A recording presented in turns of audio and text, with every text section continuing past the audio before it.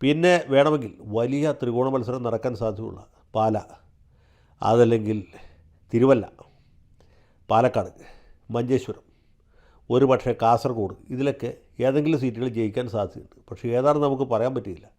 മാത്രമല്ല, മുസ്ലിം വോട്ടുകളുടെ ഏകീകരണം ഈ BJPക്ക് എതിര് വരുന്ന സ്ഥാനാർത്ഥിക്ക് അനുകൂലമായിട്ടുണ്ടാകാൻ സാധ്യതയുണ്ട്. അങ്ങനെയാണെങ്കിൽ ഈ കണക്കുകളൊക്കെ തെറ്റും. പല ഘടകങ്ങളുമുണ്ട് എന്ന് പറയുന്നു. അതിനുശേഷമാണ് ഈ എക്സിറ്റ് പോളുകളൊക്കെ വരുന്നത്.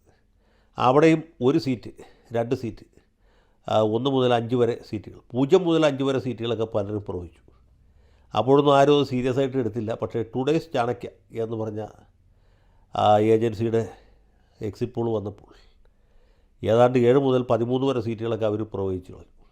അപ്പോൾ സംഗതി സീരിയസ് ആയി. BJP വലിയ നേട്ടം ഉണ്ടാക്കാൻ പോകുന്നു. കേരളത്തിൽ തൂക്ക് മന്ത്രിസഭ ഉണ്ടാകാൻ പോകുന്നു എന്നാണ് ഈ കൊഞ്ഞാണന്മാർ പറഞ്ഞത്. തൂക്ക് മന്ത്രിസഭ എന്ന് പറഞ്ഞൊരു സാധനമില്ല, തൂക്ക് നിയമസഭയാണ്. തൂക്ക് മന്ത്രിസഭ വെച്ചാൽ ആർക്കും ഭൂരിപക്ഷമില്ലാത്ത മന്ത്രിസഭയാണ്. ആർക്കും ഭൂരിപക്ഷമില്ലാത്ത അവസ്ഥയ്ക്കാണ് തൂക്ക് നിയമസഭ, അല്ലെങ്കിൽ ഹങ് പാർലമെൻറ്റ്, ഹങ് അസംബ്ലി എന്നൊക്കെ പറയുന്നത്. ഹങ് മിനിസ്ട്രി എന്നൊരു സാധനമില്ല.